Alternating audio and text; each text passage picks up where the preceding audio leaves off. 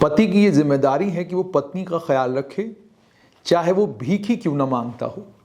यानी अगर आप पेशे से एक भिखारी हैं, तब भी आपकी जिम्मेदारी बनती है कि आप अपनी पत्नी का, आप अपनी बीवी का ख्याल रखें।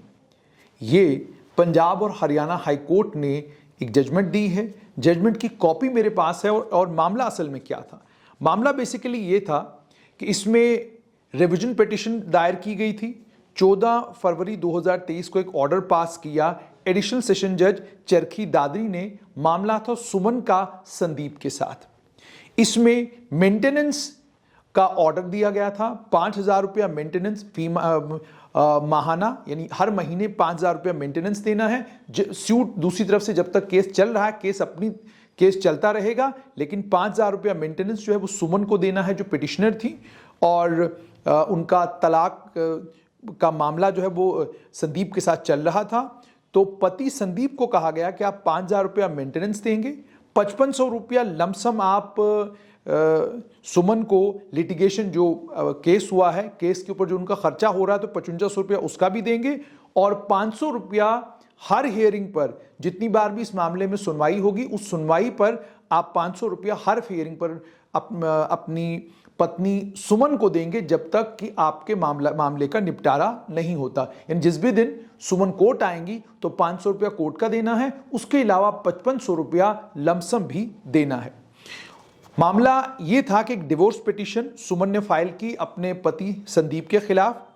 इसमें उन्होंने एक एप्लीकेशन सेक्शन 24 जो हिंदू मैरिज एक्ट का है उसके तहत फाइल की, जिसमें उन्होंने मेंटेनेंस मांगा कि जब तक ये हम दोनों के बीच में केस चल रहा है तब तक मेरे पति मुझे मेंटेनेंस दें।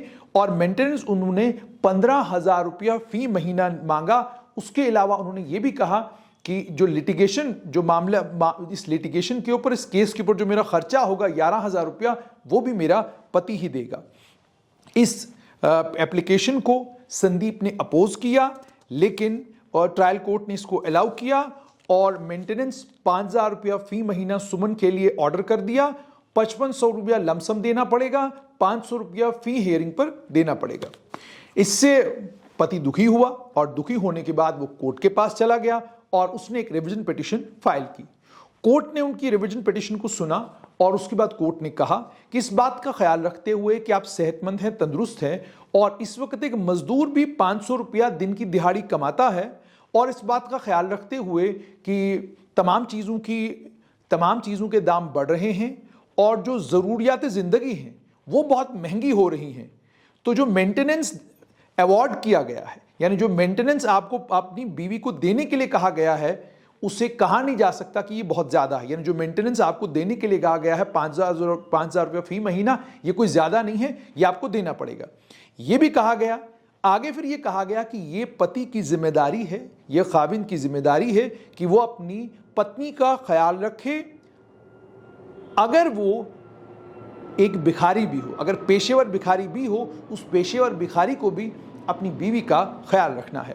ये भी कहा गया कि पति से जब पूछा गया, वो ये इस बात को साबित नहीं कर सका कि उसकी जो बीवी है उसके पास कोई जरिया है जिस जरिए से वो अपनी रोजी रोटी का बंदोबस्त कर सके, या इतनी प्रॉपर्टी उसके पास है कि उसे अपने पति से मेंटेनेंस मांगने की कोई ज़रूरत नहीं है।